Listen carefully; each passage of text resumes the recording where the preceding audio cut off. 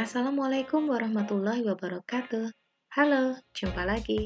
Salam bahagia dan sejahtera. Kita berjumpa lagi di channel bersama Eno Dewi. Semoga kita semua selalu sehat dan happy dimanapun kita berada.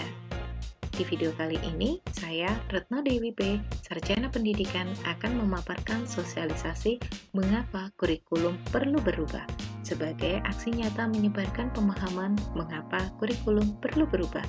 Yuk kita simak dengan baik di video ini. Kurikulum adalah jantung pendidikan. Analogi sederhananya, jika jantungnya lemah, maka proses penyaluran darah ke seluruh tubuhnya tidak lancar. Demikian, jika kurikulum pendidikan dirasakan lemah, maka proses penyaluran pendidikan untuk peserta didik akan tidak lancar. Nah, kurikulum merupakan alat untuk mencapai tujuan pendidikan nasional. Kurikulum merupakan panduan pembelajaran pada satuan pendidikan, di mana dapat diartikan sebagai titik awal sampai titik akhir dari pengalaman belajar peserta didik. Dalam hal ini, kurikulum berperan sebagai pedoman dan acuan pembelajaran. Pengembangan fungsi kurikulum dilakukan dengan 3 kerangka. Yang pertama, mewariskan nilai dan budaya masyarakat yang relevan dengan masa kini. Yang kedua, mengembangkan sesuatu yang dibutuhkan saat ini dan masa depan bagi peserta didik kita. Yang ketiga, menilai dan memilih sesuai yang relevan atau kontekstual sebagai kontrol sosial. Yang menjadi pertanyaan bagi kita, apakah kurikulum harus berubah? Baik, kurikulum yang baik adalah kurikulum yang sesuai dengan zamannya, artinya terus dikembangkan dan diadaptasi sesuai konteks dan karakteristik peserta didik. Hal ini dilakukan demi membangun kompetensi sesuai dengan kebutuhan masa sekarang dan masa depan yang dihadapi oleh peserta didik kita. Pentingnya perubahan kurikulum. Kurikulum harus selalu berubah agar sesuai dengan perkembangan zaman yang disertai dengan perkembangan ilmu pengetahuan dan teknologi.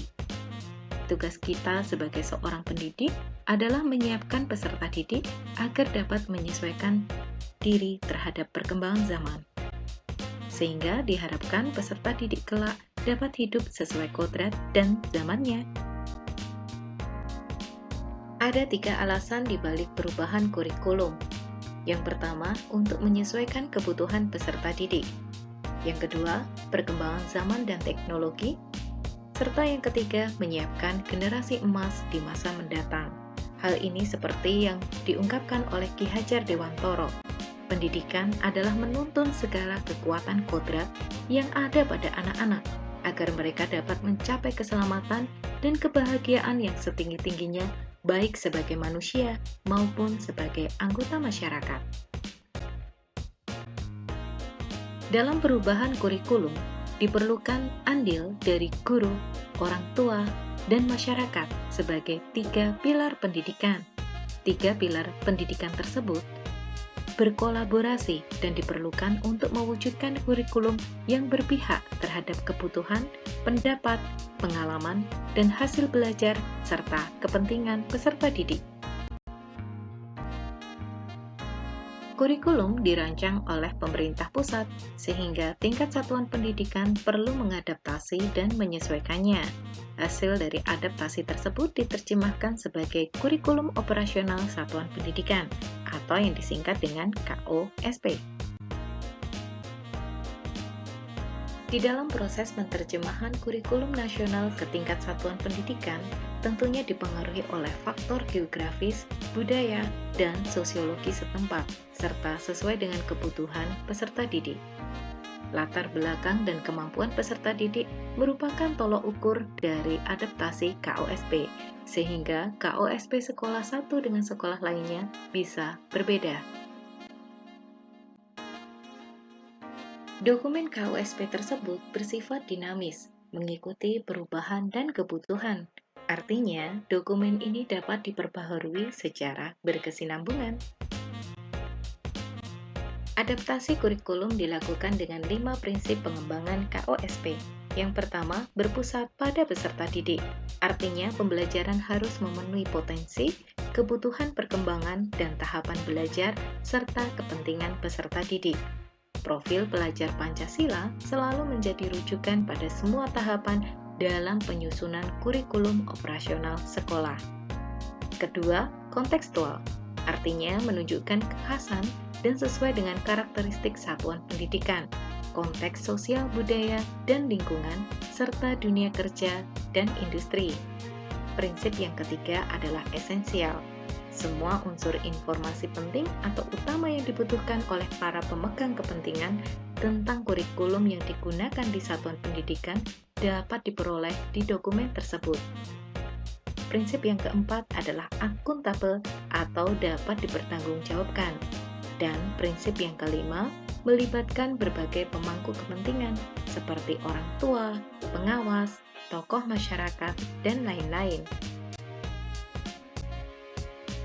Ada 5 komponen dalam KOSP yang meliputi evaluasi jangka panjang dan evaluasi jangka pendek. Untuk evaluasi jangka panjang, yang pertama, menganalisis konteks karakteristik satuan pendidikan. Dari analisis konteks, dirumuskan karakteristik sekolah yang menggambarkan keunikan sekolah dalam hal peserta didik, sosial, budaya, guru, dan tenaga kependidikan. Yang kedua, meninjau visi, misi, dan tujuan. Visi menggambarkan bagaimana peserta didik menjadi subjek dalam tujuan jangka panjang sekolah dan nilai-nilai yang dituju serta selaras dengan profil pelajar Pancasila. Misi menjawab bagaimana sekolah mencapai visi tersebut dan tujuan akhir dari kurikulum sekolah yang berdampak kepada peserta didik. Selanjutnya, untuk komponen evaluasi jangka pendek.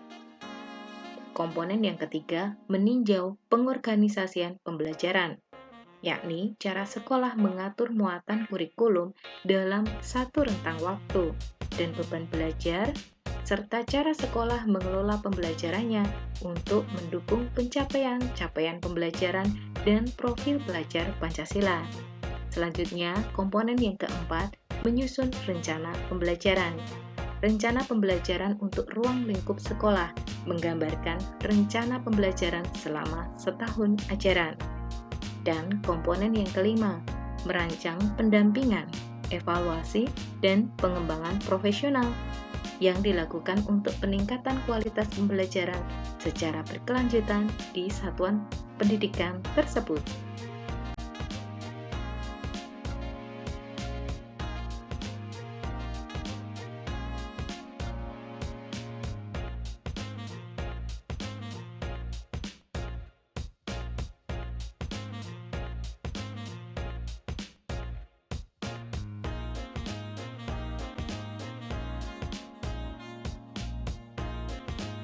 Terima kasih sudah menyimak dengan baik sosialisasi pemahaman mengapa kurikulum perlu berubah. Sampai jumpa di video-video selanjutnya. Wassalamualaikum warahmatullahi wabarakatuh.